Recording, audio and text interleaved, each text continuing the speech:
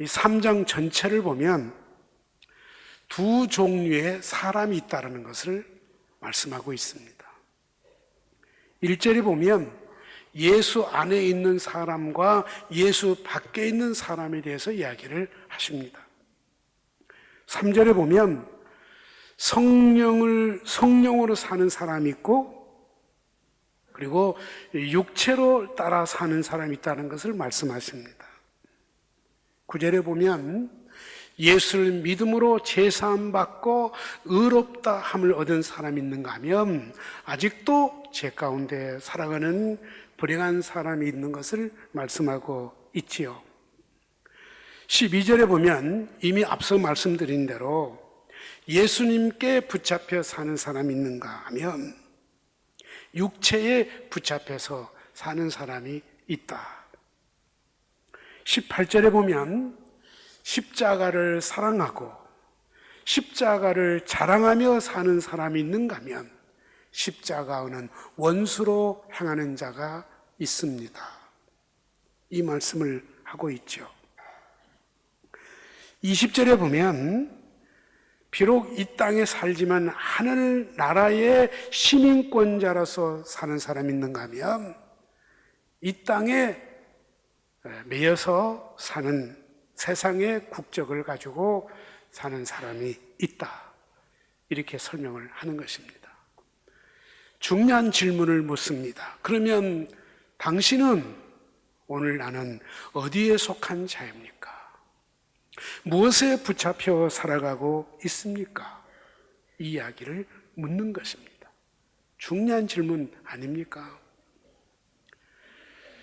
흔한 말로 돈 때문에 살든지 가족 때문에 살든지 우리 남성들의 명예와 권력 때문에 살든지 아니면 자신이 좋아하는 어떤 전문 분야, 학문이든지 어떤 기능이든지 사업이든지 자기 좋아하는 것에 붙잡혀 살 수 있습니다. 대부분의 사람은 무엇인가 붙잡혀 살아가게 되어 있습니다. 그러나 성경은 이렇게 말합니다. 세상의 모든 것으로부터는 자유하라. 그 대신에 하나님께 붙잡혀 살아가라. 하나님께 붙잡힌 사람만이 세상 모든 것으로부터 자유할 수 있다. 이렇게 우리에게 말씀을 하고 있습니다. 실제 그렇습니다.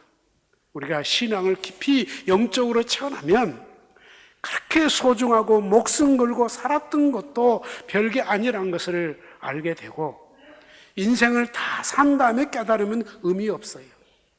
일찍이 깨닫게 하시고 하나님과 더불어 값지게 인생을 살아가도록 진리를 깨닫게 주신 것입니다. 이렇게 말하지요. 세상의 물질은 사용하라고 주신 거예요. 지배받으라고 주신 것이 아니고 사용하라고, 영어로 use란 단어를 씁니다. 인간관계는 사랑하라고 주신 거예요. 이용하라고 준 게 아니에요. 서로 사랑하라고, love란 단어를 말합니다. 하나님을 무시하라고 하나님이 계신 분이 아니고 신이 어디 있느냐고, 하나님이 어디 있느냐고, 이렇게 해서 하나님이 존재하신 분이 아니고 만인에게 경배를 받으시기 위해서 하나님은 존재하신다. 그래서 영어로 fear란 단어를 사용하고 있습니다. 이렇게 될 수 있기를 주님의 이름으로 축복합니다. 엊그제 우리 방지일 목사님이 소천하셨어요. 일반 방송에도 뉴스에 나온 걸로 알고 있습니다. 우리 나이로 104세 건강하게 사시다가 소천하셨습니다. 지난 9월 달에 총회도 오셔서 축도까지 하셨습니다. 100세가 넘도록까지 선교지에서 부르시면 언제든지 가셨습니다. 그 노구의 몸으로. 왜냐하면 이분은 일제시대 20년 동안 중국에서 선교 사역을 하셨던 분입니다. 해방이 되면서 돌아왔습니다. 공산국가가 되면서 추방당하여 한국으로 돌아오셨고 지금까지 교회를 섬기면서 한국 교회를 사랑하면서 선교사들을 영혼 구원, 선교를 위해서 일생을 살아오셨어요. 후배들을 위해서 매 주일마다 성경 공부를 가르치시고 선교지를 다니면서 복음을 전하시고, 왜냐하면 본인이 선교사였으니까. 사심 없이 욕심 없이 이렇게 평생을 사시다가 하나님 나라에 가셨습니다. 한국의 모든 교단을 초월해서 이분 어르신을 존경했고 사랑했습니다. 근데 그 어르신이 하나님의 나라에 가신 것입니다. 이분이 평소에 즐거했던 말이 있습니다. 녹슬어 없어지기보다 닳고 닳도록 쓰임받고 싶습니다. 이분은 말대로 일생을 그렇게 살도록 노력하셨어요. 최선을 다하셨어요. 얼마나 아름다운지 모릅니다. 우리의 사표이셨습니다. 목사 중에 목사였고 목회자 중에 목회자였습니다. 하나님께서 1세대에 한국을 위해 썼던 귀한 종들, 이제 그 어르신이 가면 마지막 하지 않았는가 하는 아쉬운 마음이 있습니다만은, 제가 이렇게 말씀드린 것은 방질 목사님을 한마디로 말하면 예수님 손에 붙잡혀서 100년이 넘도록 평생을 살아오신 분. 아멘입니다. 아멘입니다. 오늘 우리는 예수 믿는 사람이에요. 앞서 20절에 소개했듯이 우리는 하늘의 시민권을 가지고 사는 사람들이에요. 보통 사람들이 아니란 말이에요. 아무렇게 살아도 되는 사람이 아니라는 거예요. 우리는 하나님의 자녀가 됐습니다. 예수님의 가장 사랑스러운 신부가 됐다 이거예요. 주님과 한 몸인 한 지체를 이루었다는 것이죠. 성령이 우리 안에 거하시는 거룩한 전이라고 했습니다. 너희들이야말로 세상의 빛이요 소금이라고까지 우리를 존귀하게 말씀을 해주셨습니다. 우리는 절대로 보통 사람들이 아니에요. 특별한 사람들이에요. 아무렇게 살아도 되는 사람들이 아니라고 하는 것입니다. 그래서 엄격히 말하면 우리는 다 이중 국적자예요. 인간적으로는 대한민국의 국민이요, 영적으로는 하나님의 거룩한 백성의 시민권을 가지고 살아간다 이거예요. 우리는 믿음으로 살아야 됩니다. 멋있게 삽시다. 아름답게 살고 신자답게 살고 이렇게 살기를 원하는 것입니다. 그럼 오늘 우리는 예수님께 붙잡힌 사람의 징표, 그게 뭐냐 이거예요.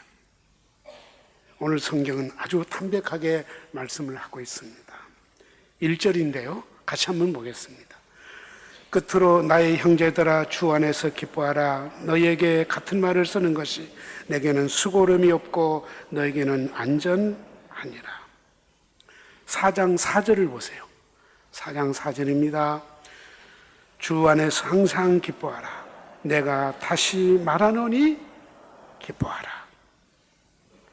빌립보서를 꼭 보세요. 기뻐하라, 기뻐하라. 이 말이 노래의 후렴처럼 반복되고 있어요. 수없이 강조를 해요. 주 안에 기뻐해라. 주 안에서 기뻐하라.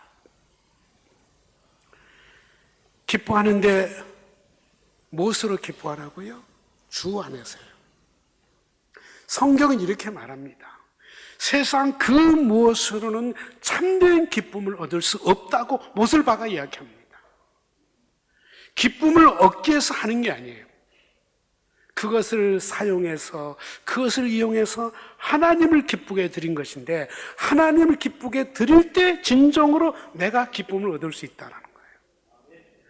우리는 인간적인 기쁨을 추구하니까 그게 안 되는 것이지만 하나님을 기쁘게 드려보라 이거예요. 그럼 자동적으로 너도 기쁘게 될 것이다. 이게 성경에 주신 핵심적인 메시지가 되는 것입니다. 그래서 바울 사도는 예수를 모를 때도 열심히 살았어요. 바울 사도만큼 열심히 사는 사람이 없어요. 대단한 업적을 이루었어요. 30대에. 그럼에도 불구하고 자기 마음에 기쁨이 없었노라고 고백합니다. 언제 내가 기쁨을 얻었느냐? 예수 만났을 때, 예수님을 새로 알아갔을 때 나는 진정한 기쁨을 얻게 되었습니다. 자기 간증처럼 기록해 놓은 것이 바로 이 빌립보서예요. 제가 이렇게 정리를 해봤습니다. 1장의 주제는요, 예수님이 나의 생명 되심을 깨닫고 기뻐했습니다. 이게 바울의 간증입니다. 두 번째, 2장에는 내가 날마다 기뻐하는데 가장 좋은 모델이 되어주신 분이 예수님이라는 것을 알고서 더 기뻐했습니다. 여러분 힘들고 어려울 때 누구 바라보면 돼요? 예수님 바라보세요. 내가 기뻐할 수 있는 좋은 멘토가 예수님이더라 이거예요. 욕을 먹고 침을 뱉을 당하고 죽음의 자리까지 끌려가면서도 바울이 나는 기쁘다고 말할 수 있었던 것은 예수님이 그렇게 하셨기 때문에 기쁨의 멘토라고 이렇게 고백합니다. 3장에는 내 인생의 목표가 예수 그리스도라는 것을 깨닫고 그리고 기뻐하게 되었습니다. 표대를 향하여 부르심의 상을 향하여 달려가노라. 오직 십자가, 오직 예수 그리스도가 내 인생의 목표가 된 것을 깨달았을 때 기쁨이 나오더라는 것입니다. 마지막 네 번째 4장은 예수 안에서 내게 필요한 모든 것을 채워주심에 기뻐하고 감사한다. 내게 능력 주신 자 안에서 능치 못함이 없도다.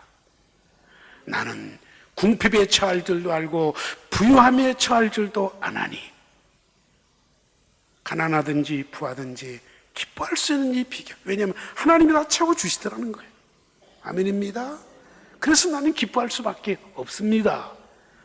이렇게 간증을 하고 있어요. 특별히 3장 1절에 주 안에서 기뻐하는 것이 수고름이 없고, 이 수고름이 없다는 것은 부담감이 없다는 거예요. 바울이 지금까지 설교를 수없이 했지만은, 복음을 수없이 전했지만 가장 많이 강조한 말, 예수 안에서 기뻐하십시오.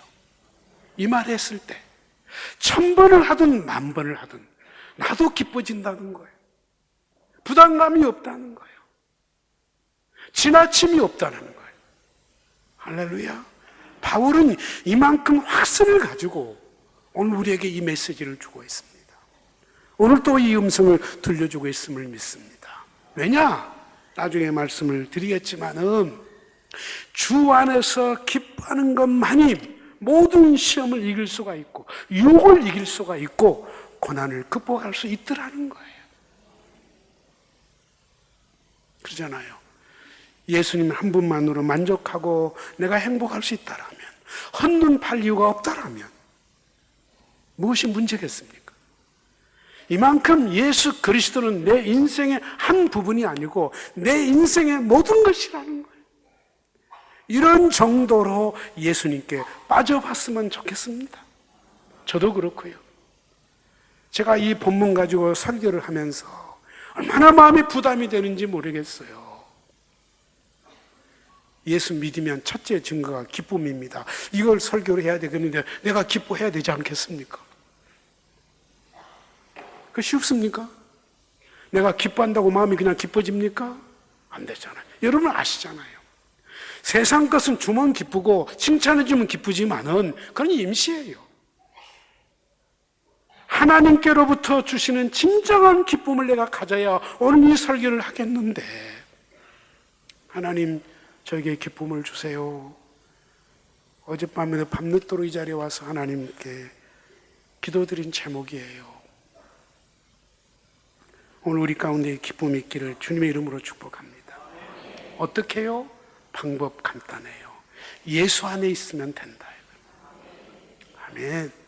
예수 안에서. 예수님이 내 안에 계시고 내가 예수님 안에 있으면 우리는 믿잖아요.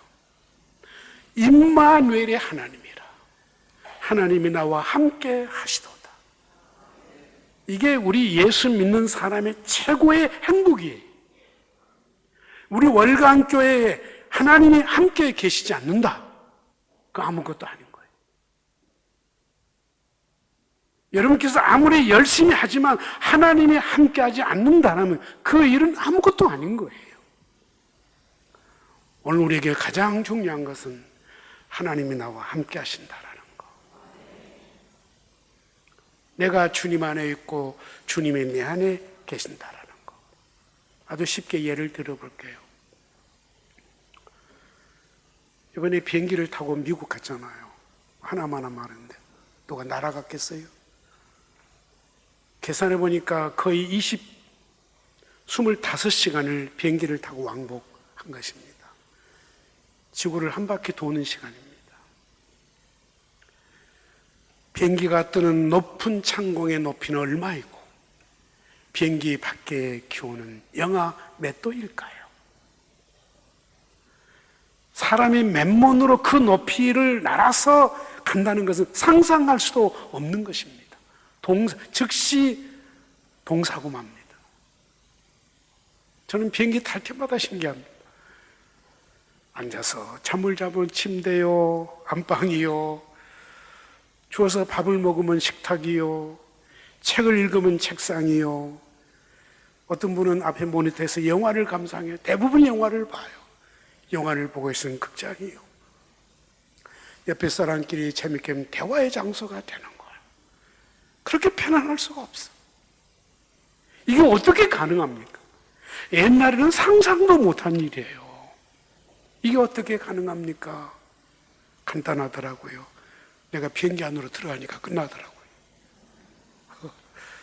고민할 게 하나도 없어요. 이번에 우리 20명의 월간의 가족들과 같이 갔기 때문에 일부러 제가 한 주간을 배려를 했습니다. 먼저 간 거예요. 그래서 이번에 처음으로 함께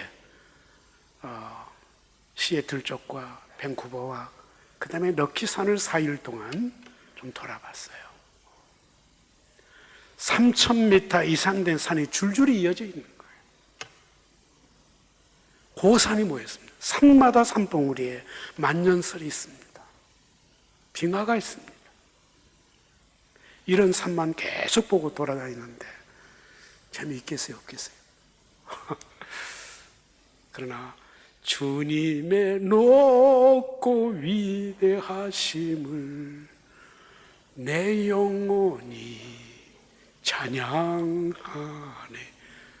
우리 얼마나 감격하고 감동하고. 역사의 고적지를 찾아가면 인간의 냄새가 나지만 자연은 때묻지 않은 하나님의 지으신 그 웅장한 모습 그대로 정말 놀랍습니다. 어느 곳 산봉우리에 갔더니 세계 곳곳의 방향으로 국기가 있어요. 그 나라 방향으로. 보니까 우리나라 국기도 있어요. 거기서 뭐 했을까요? 우리끼리 모여가지고 동해물과 백두산이 마르고 닳도록 찬송을 부르는데, 찬송이 아니죠. 애국가를 막 불렀어요. 기분이 너무 좋았어요. 근데 일부러 그 빙하, 만년설, 그 빙하를 걸어보는 그 기회가 있었는데 특별히 만든 자동차래요. 거기밖에 없는 자동차. 그리고 유일하게 저 남극에서 빙하에서 쓸 수 있는 다닐 수 있는 자동차, 특수 제작한 자동차를 저희들이 타고 빙하일을 지나간 거죠. 빙하에서 차에서 나와서 15분 동안 기회를 딱 주는, 15분 동안 있다가 들어오세요. 우리 식구들이 10분도 안 돼. 다 올라오는 거예요. 다 들어온 거예요. 왜 그랬겠습니까? 바람이 얼마나 세고 얼마나 추운지 오래 서 있을 수가 없는 거예요. 자동차로 다 들어오는 거예요. 근데 자동차는 히터가 들어오니까 얼마나 따뜻하고 편안하고 좋습니까? 우리는 하나님이 주시는 저희들의 가정에 살면서 똑같은 건 느낄 거예요. 추운 겨울에도 넌닝구에, 메리아스에 편안하게 잠을 자고 삽니다. 태풍이 온들, 비가 온들, 폭설이 내린들 아무런 영향을 받지 않고 평안하게지만 우리가 살고 있잖아요. 우리가 세상의 이치도 이루고 살고 있어. 이 물방울 같은 작은 생명이 어머니 모태에 딱 잉태되면 세상에 태어날 때까지 철저히 보호를 받잖아요. 할렐루야입니다. 우주를 지으신 하나님이 내가 그 안에 있다고 그런다면, 하나님이 나를 보호하신다고 계신다라면, 이걸 분명히 믿는다라면 무엇을 두려워할 수 있겠습니까? 오늘 우리에게 이 믿음 있기를 주님의 이름으로 축복합니다. 그런데 세상을 돌아보면 우리 성도들이 사는 모습을 바라보면 보호막이 없어요. 험악한 태풍과 파도가 치는 고해 같은 세상에 살고 계세요. 위험의 요소들이 너무 많아요. 이런 세상에 사는 우리 성도들이 어떻게 해야 신앙을 지키고 생명을 보호하고 하나님이 주신 이 마음을 빼앗기지 않고 믿음으로 살 수 있겠습니까? 기도가 나오지 않을 수가 없습니다. 우리는 믿습니다. 예수 안에서. 예수 안에서. 예수를 믿는다는 것은 아주 쉽습니다. 주님을 내 마음에 받아들이면 되는 것입니다. 그런데 왜 받아들이지 않습니까? 내 마음이 굳어졌다는 거예요. 여러 가지 일 때문에 속상하고, 그래서 마음이 철장이 닫혀 있어. 찬송을 불러도 기도를 해도 마음이 잘 열리질 않아요. 마음이 아프다는 뜻이에요. 그 마음까지도 주님 앞에 다 내려놓으시고 주님께 맡기시기를 축복합니다. 수고하고 무거운 짐진 자들여 다 내게로 오라. 내가 너희를 쉬게 하리라. 믿습니까? 너희는 마음에 근심하지 말라. 하나님을 믿으니 또 나를 믿어라. 믿으면 돼요. 마음의 문을 열고, 그래서 내 마음으로 주님을 높이면 나도 높아지고, 주님이 살면 나도 살고, 문제는 내가 높아지고 내가 살려고 하니까 문제가 된다는 거예요. 우리는 사심 없이 주님께 모든 것을 맡기고 믿음으로 살아갈 수 있기를 바라요. 하나님이 나를 도와준 것을 믿고 주어진 일에 머뭇거리지 말고 디지털 형식으로 죽으면 죽으리다 열심히 살아요. 아멘. 그러면 놀라운 역사가 일어나게 되는 거예요. 이민 갔던 우리의 가족들이 예수 안에서, 교회 안에서 열심히 살아. 그렇게 아름답게 멋있게 사는데 감동을 받고 왔어요. 우리 월강의 성도들도 다 그렇게 되기를 바라요. 할렐루야입니다.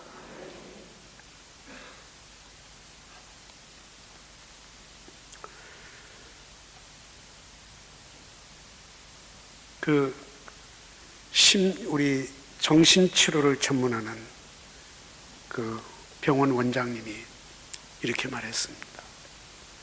몸이 갑자기 아프거든. 마음을 살펴봐라. 모든 병은요, 대부분이 우리 마음으로부터 온다는 거예요. 마음을 살펴봐라. 그리고 마음이 아프거든. 신음소리를 내어라. 그리고 깊은 신음소리를 내면서 깊은 호흡을 해보십시오. 우리 예수 믿어서 가장 깊은 신음소리가 기도란 걸 아세요? 기도예요, 기도. 깊은 한숨의 소리, 한에 맺힌 소리, 하나님께 쏟아놓는 것이 기도예요. 그리고 도움을 요청해라 그랬어요. 도움을 요청.